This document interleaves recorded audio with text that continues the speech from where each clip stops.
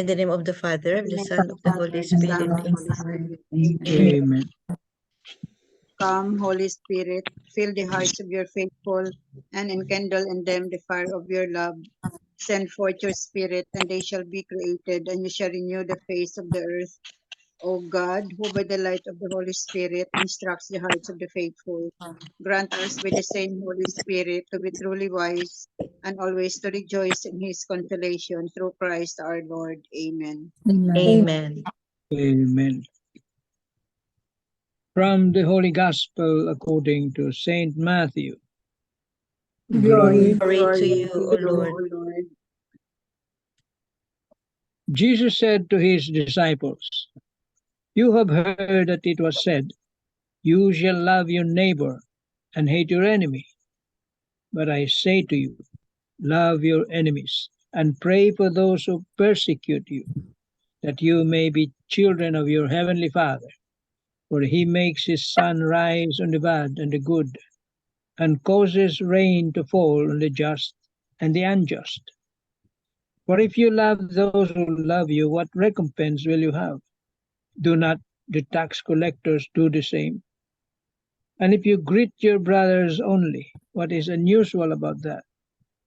Do not the pagans do the same? So be perfect, just as your heavenly Father is perfect." The Gospel of the Lord. Praise Praise to you, O Lord O Jesus Christ. Christ. Tita Lynn. The 3 pointers for today's Gospel. Number 1, Jesus exhorts us to love our enemies just as our Heavenly Father cares for everyone, the bad as well as the good. Number 2, it is easy to love those who are deserving of our love.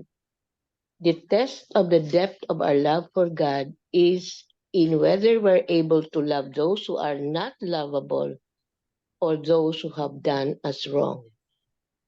Number 3, Jesus asks us to go beyond loving not only those we think are worthy of our love. We need God's help. When faced with such difficulties, let us always pray for the divine grace and assistance we need. Amen. Amen. Amen. Thank you very much, Tita Lynn. Yesterday's gospel is to forgive those who have wronged us, di ba? Ngayon is not only forgive, but love. Love. Love and pray for those who persecute us.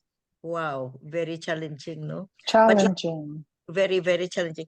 It's not Jesus telling us, it's a commandment. He commands us to do so. Kaya it's really very, very, challenging, no?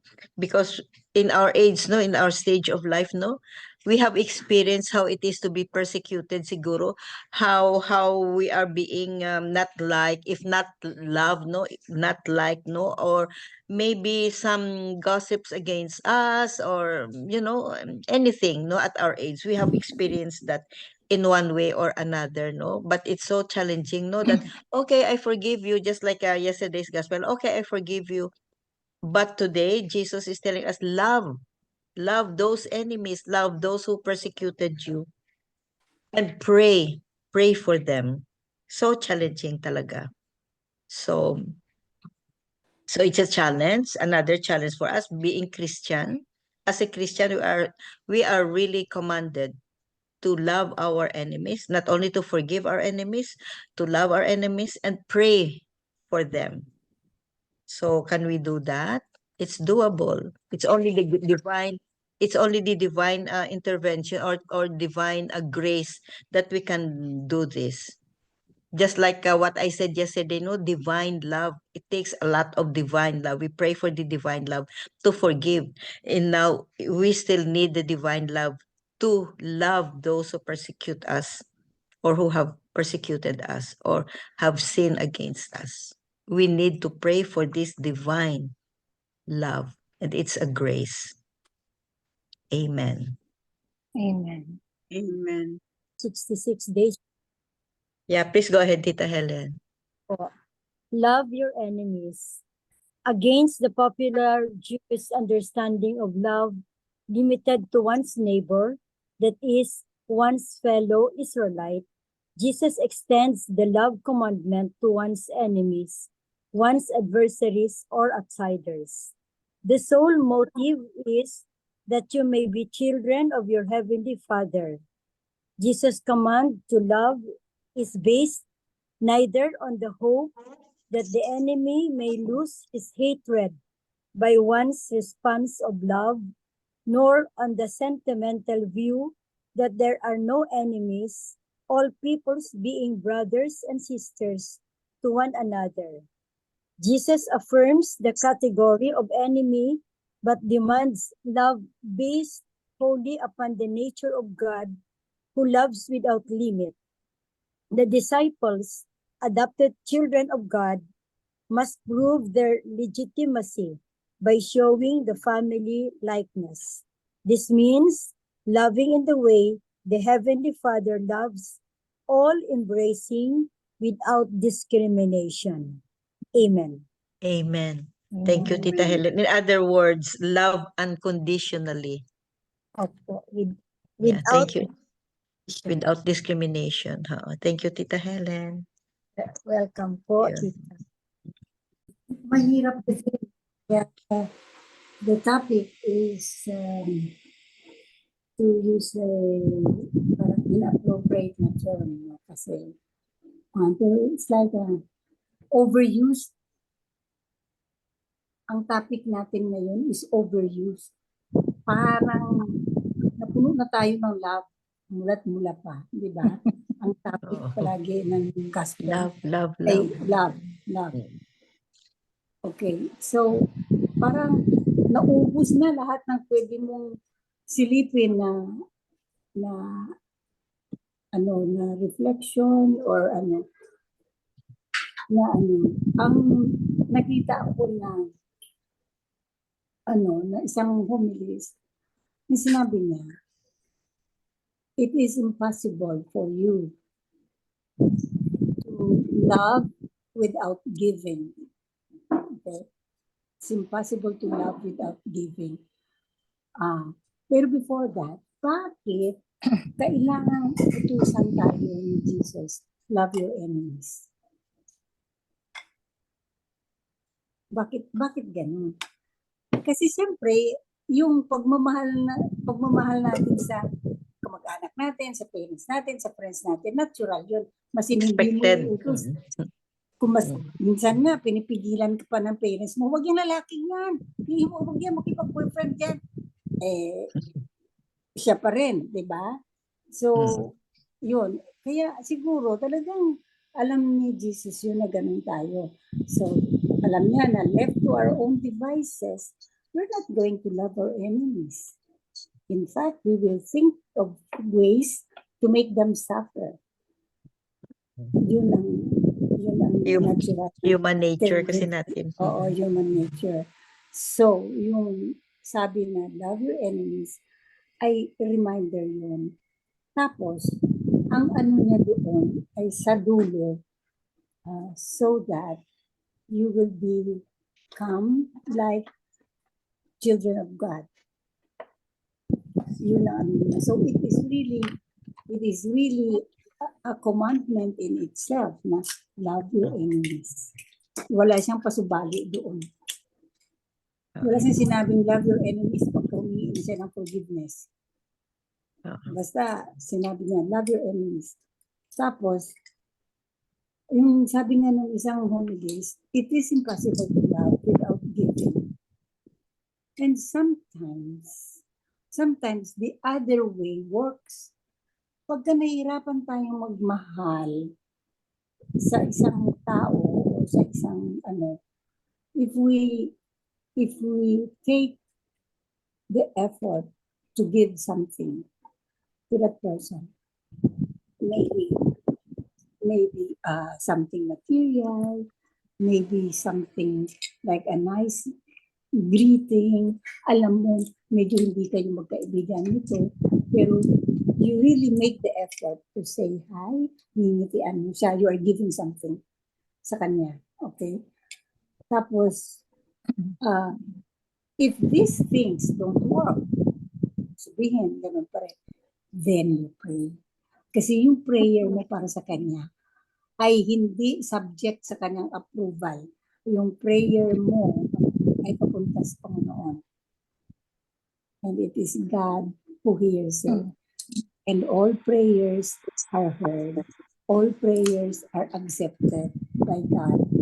So, yun nga.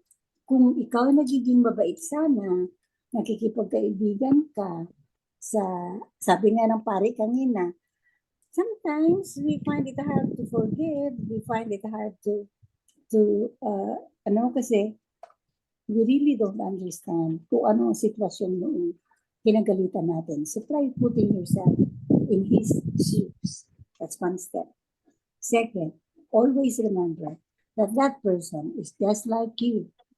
He is a temple of the Holy Spirit. Be like Saint Therese of Lisieux. Kahit na anong pangungutya, kahit na anong insulto, kahit na anong paninira ang ginawa ng mga kasamahan niya sa kanya noong siya ay nasa kumbento, nakangiti lang si Saint Therese sa kanila lahat. Niningitian pa rin niya, binabati niya pa rin. So tinanong siya, why are you like that? Parang hindi na sila happy kasi gusto nila siyang magalit para pwede pa nila siyang siraan ulit. Kasi gagalit. Paano ka magalit sa isang taong kinakaibigan ka? Paano ka magagalit sa isang taong in spite of everything you do, ano siya, no? So, parang in their frustration, tinanong siya, bakit ka ganyan? Ang sagot ni Saint Therese, because I see Jesus in you. It's Jesus who I am smiling at. It's Jesus. Wow. So Beautiful. it's, you see, so yun ang sinabi nga ng pare kanina na first put yourself in their shoes. Second, respect them for the simple reason that they are the temple of the Holy Spirit and Christ is in them. Tapos yung pangatlo ay limayin sila. Yung pangatlo ay hindi ko na maalala na umido ba dahil. Yung pang-apat, but the last one, the third one is try to find something in common with that person. It might be na makikita mo na, ay parehas lang pala kaming gustong mangyari sa buhay namin. Parehas pala ang sitwasyon natin actually. Okay, so you'll be able to forgive faster, you'll be able to be sympathetic. And then the last one, of course, yung sabi, kung ang iyong overtures of friendship and kindness ay hindi tinatanggap, pray, because for sure, your prayers will be heard and accepted, and you will be rewarded for it because you're praying for other people, especially doing what Jesus wants you to do. Okay. Then the last one is it's hard not to give something if you're loving somebody. Okay. But sometimes have you thought about it that it takes humility to be able to give? Yeah. Mm. It takes humility to be able to give. Kasi when you give, you run the risk of being rejected. Rejected. Pwedeng tanggihan ng binigay mo. Meron na ako niyan, mas maganda pa. So, or marami na akong ganyan. Bigay mo na lang sa iba. Diba? Yeah. So, it takes humility to accept those comments. Na akala mo, pinag-isipan mo talaga na ibigay mo ito, tapos hindi tatanggapin. In the spirit, it was given. Okay? So, it takes humility to give. And so, according to the homilies, we have to pray for guidance to see what they need for us to give them. Kung it's we're talking about our enemies, ano bang klaseng panalangin kaya ang dapat sa kanila? Ano ba talagang approach dapat ang gamitin sa kanila? Yan ang sinasabi mo kanina, divine guidance. Okay? May example lang ako. Okay? May example ako. Siyempre tayo, yung alam natin na pagkain, masarap. Yung parang iba na sa pagkain ng mga tao sa baryo, di ba? Especially kung nakalabas ka sa Pilipinas, okay? Sa amin, dun sa Pandan, it's a town, it's a barrio in Iloilo. My sisters and my brother, during Christmas, they feed, not feed people, but they prepare food and invite some people, usually the people who help us throughout the year. Okay. Yung hardinero, kunyari, yung binabayaran nila maglinis, and everything, everybody, and the families. And also, this is the time for gift giving. Ang mga gift giving naman ay yung mga damit na magaganda pa, pero hindi na naman na isinusuot, mga ganon. And then, last Christmas, nag-decide sila that they're going to cook labong, you know labong, everybody knows labong.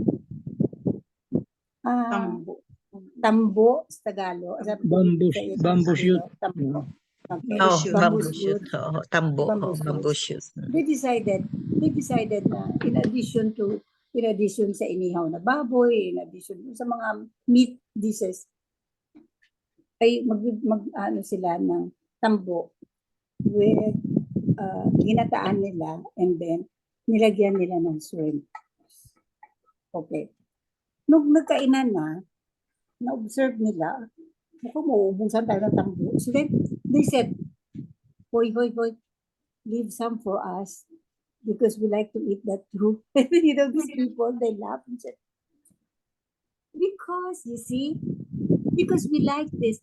But we thought that it was just for us. We thought that you would want the meat dishes. And you know what they said? They said, kasi iba ang pagluto ninyo sa alam namin na pagluto. And so they like it.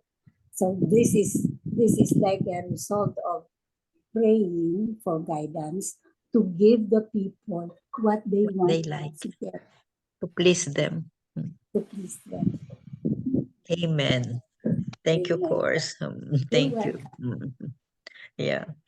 Even if not material things, no, the Mhm. risk, no, to be humble enough, no, to give, if not that something na spirit na anong tawag dito na materials, no, maski na smile, di ba? It's a risk to smile to somebody na hindi mo alam kung ano ang ano sa iyo ay response. Oo. So, Especially minsan, kung mga galit hindi pa kayo sila. magkaano. Yeah, exactly. I think Tita Bel, I remember you have shared last time, no, about that friend na may ano kayo, friend na fellow doctor na parang Yeah. misunderstanding na Mm. nag-smile ka or whatever. It's a big sign of humility and being humble. No, what was that again? Yung Yung na-share ko, yung na-share mo, that's a big good Mm. example. Oo. Mhm. You were humble enough, no? Full of humility na you talk to her first, no? After many years Yeah. of you know, being it's really God's grace because we've been not talking to each other. For me, on my side, I was treated unjustly. Then I remembered the passage here that the rain falls on the just and the unjust, no? So it's really true, God's grace, God's love makes us heal our wounds, even if you're hurt or you were wounded and you were, because you know that you were treated unjustly. But then it's really God's grace that really brings you to forgive and forget what happened. Because I will just share a little of that misunderstanding. For years, we didn't talk to each other because of something, no? And then we bump into each other so during conferences, but still we don't,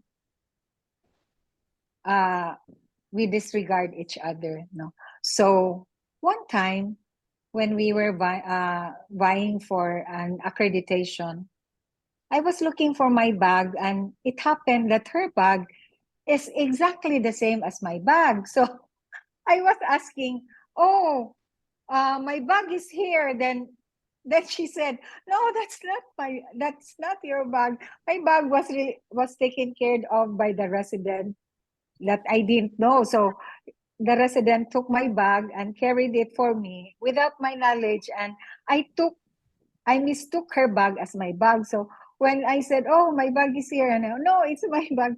Oh, we have the same bag. And that really sparked our conversation as if nothing happened. Maybe we didn't talk with each other for 5 years. And we're kumare, we're so close. We trained together in Vietnam for a month.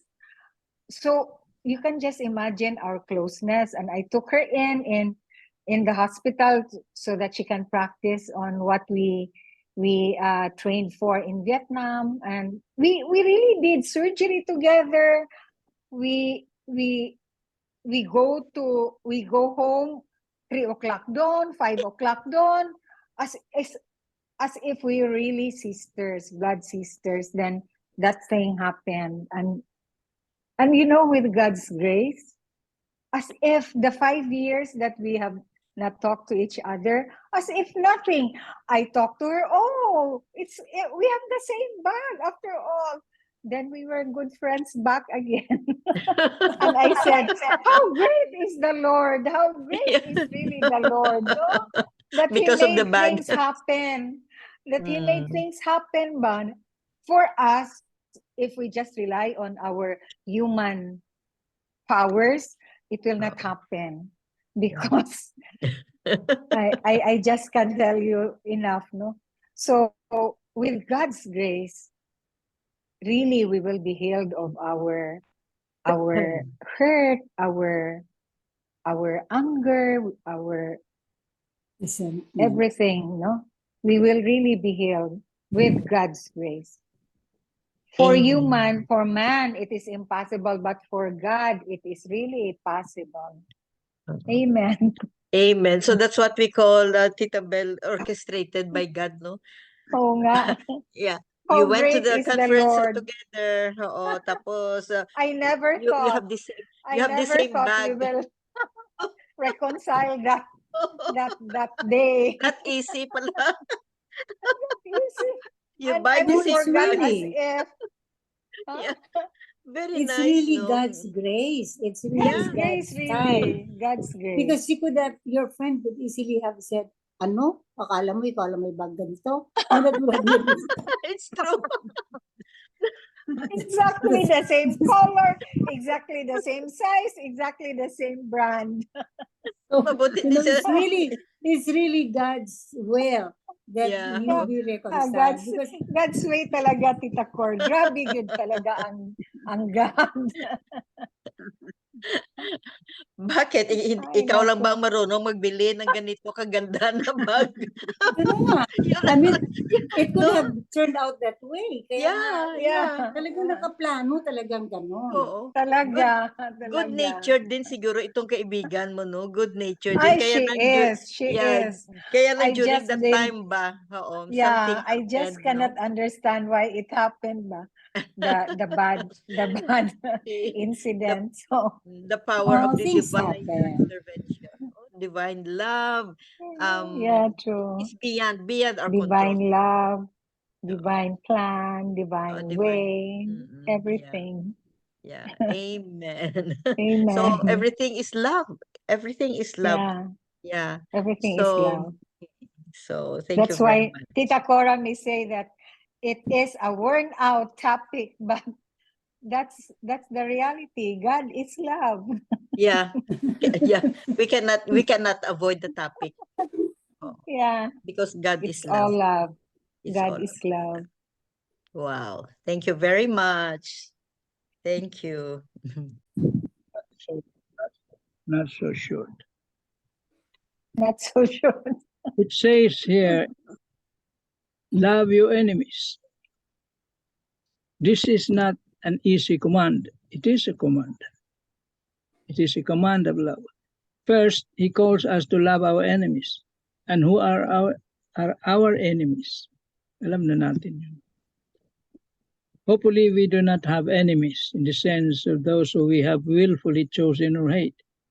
But we may have people in our lives who we are tempted to have anger toward. And do we have a difficult time loving? Well, sabi nga, there will be people who will like us. And there will be people who will not. Hindi natin magugustuhan. Natural yan, no?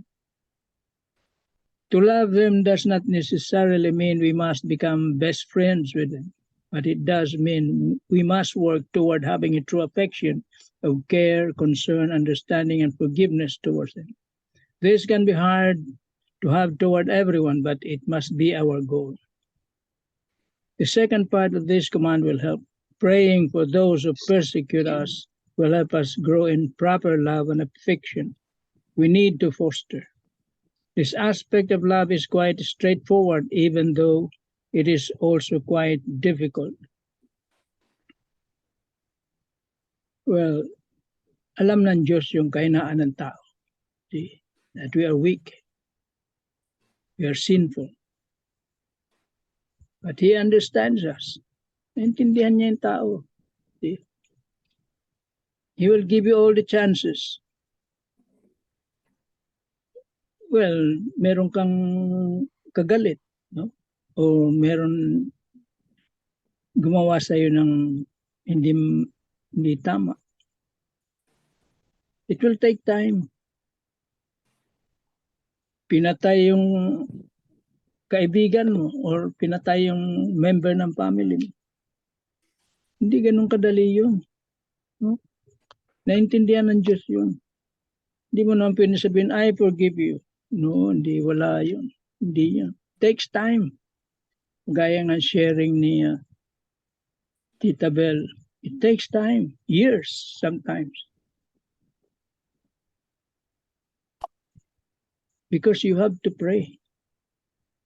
You cannot do it on your own. Sarili mong lakas. I have experienced that. It will never work. You have to pray. Nababasa ng Diyos yung isip mo eh. Nababasa niya yung puso mo. Halimbawa, gusto mong makipag-ayos doon. Nababasa niya yun. He will give you that grace. He will create a situation na magkakabalikan kayo. Ganun yun eh. It will take time. It's not instant. Naintindihan ng Diyos yung tao. Perfectly. Kaya, prayer, sabi nga ni Tita Cora, it will take humility. The humility. Ano bang kinahulog ng mga angels? This pride. See? Puno tayo ng pride eh. Ma-pride ang tao. Natural sa atin yung.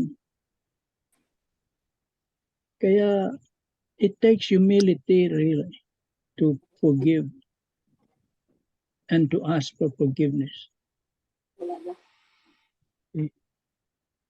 Kaya, we have to, kaya mahirap yung may kaaway. See? Kung mga simple lang na mga hindi pagkakaunawaan, misunderstandings, madali yun. Pero mga big events in our lives, Hindi ganun ka simple, hindi ganun kadali. But it will, with God's grace and your prayers, it will happen. Mangyayari at mangyayari. And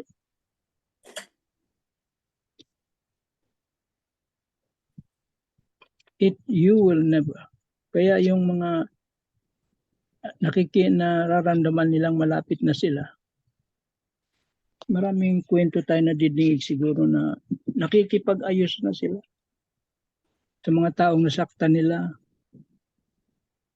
at sa mga taong nakasakit sa kanila. They want to reconcile with those people.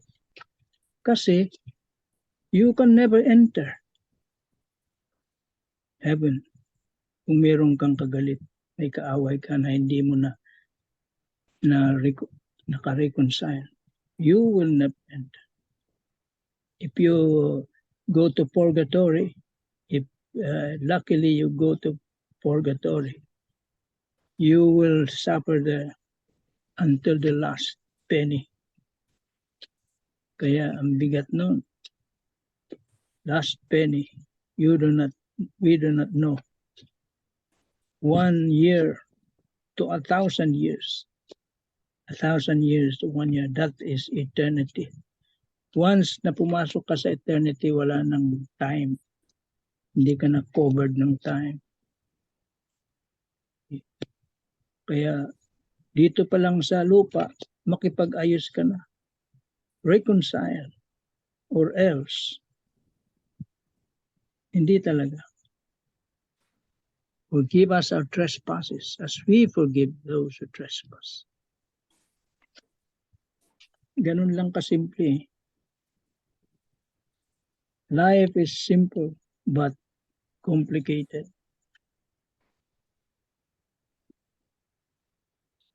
So it's about humility, prayer, and God's grace. Because on your own, impossible. Amen. Amen. Amen. Thank you very much, Tito Manny. Yeah, so very, very beautiful gospel once again, beautiful messages, no? About love, about forgiveness, like yesterday, no? About love, about forgiving your enemies and those who persecute you, and also praying for them. And it takes humility, really humility, to ask for forgiveness or to do the first step. Just like Tita Bell, do the first step. Sometimes unconsciously, but by the grace of God, no? Mag-reconcile God's kayo. grace. God's grace. So Gagawa ang Diyos ng paraan basta exactly. Exactly. His mamalangin time. ka. His time. In Not His our time. time. In His time. Amen. Amen. So that ends our Zoom meeting for today. And thank you very much for the sharing, for the reflections. Miga Belen. Okay. Dear God, please help us to make peace with yesterday and have an open mind and heart for today. Help us to be a blessing. Help us to see the good around us, the good in others, and the good in ourselves. Fill us with happy thoughts and a thankful hearts. Guide us into living like you with selflessness and love. Amen. Amen. Amen. And all together, please. Glory be to the Glory Father, be to the Father, and to the Holy Son, Spirit, and to the Holy as it- Spirit, as it was in the beginning, is now and ever now shall and be, ever shall be, world without world end. without Amen. end. Amen.